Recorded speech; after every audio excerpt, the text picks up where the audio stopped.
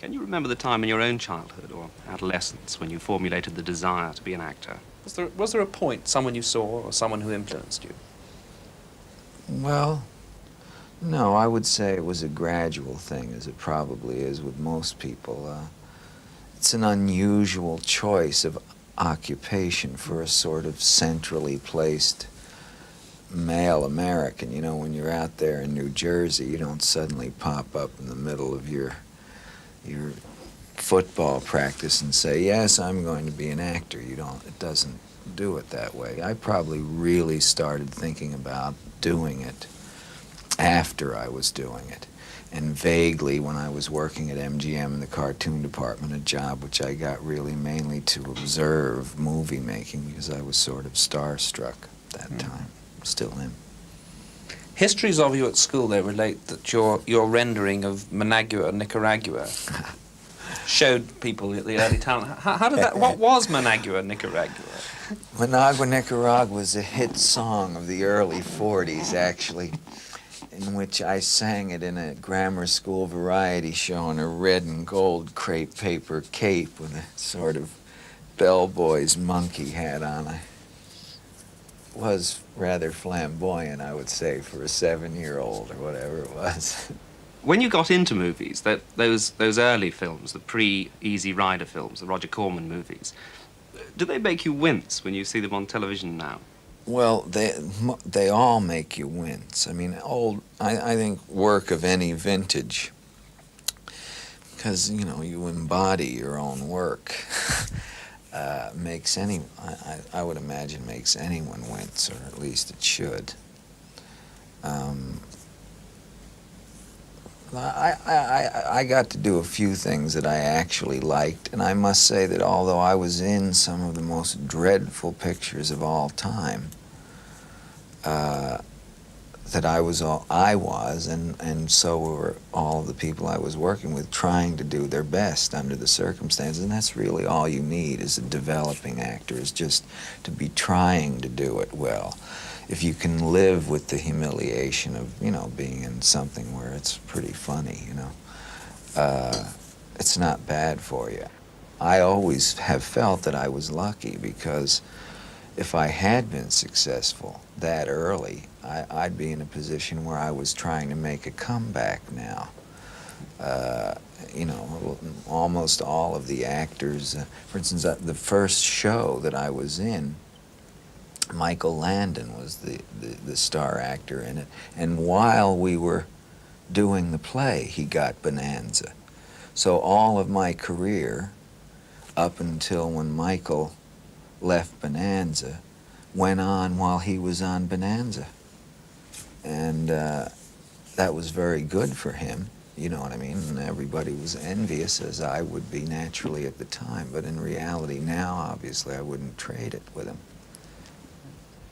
The turning point for you was certainly Easy Rider. Someone told me that you modeled your part, the part of the Southern lawyer, on LBJ. Well, I didn't have the normal length of time that you would have to study a dialect, and since the character was from Texas, and some of the speeches that he had were sort of evangelical, Johnson's speech pattern, and which was familiar to my ear at this time from hearing it and so forth. You know, I mean, I didn't put it out in front as an imitation, but it was something true that I could refer to in terms of a way of talking. But also I wore I wore glasses like I remembered from, you know, my family, my father wearing at that time. Character was supposed to be 42. I sort of remembered what my father's glasses, you know, all kinds of things like that. You mentioned that you modeled your spectacles on your father in Easy Rider. In 5 Easy Pieces, there's a scene where you break down in front of your paralyzed father. Were the shades of your own home there? Was there anything realistic about the way you did that scene, which I understand you were reluctant to do? Is that so? Well, I was reluctant to do it because it was a scene that Rafelson, the director, wanted very badly in the picture. And the writer, Carol Eastman, who had also written The Shooting for Monty and I, which was her first piece of professional writing, and this was her second.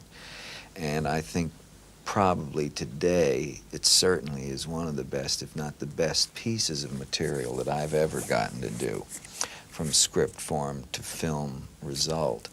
And she is extremely elliptical in her writing and felt that the scene structurally was the obligatory summing up scene, and felt that that scene shouldn't be in there, that you shouldn't you shouldn't indulge, pander the audience that much. You know how in creative issues people make up these rules for themselves.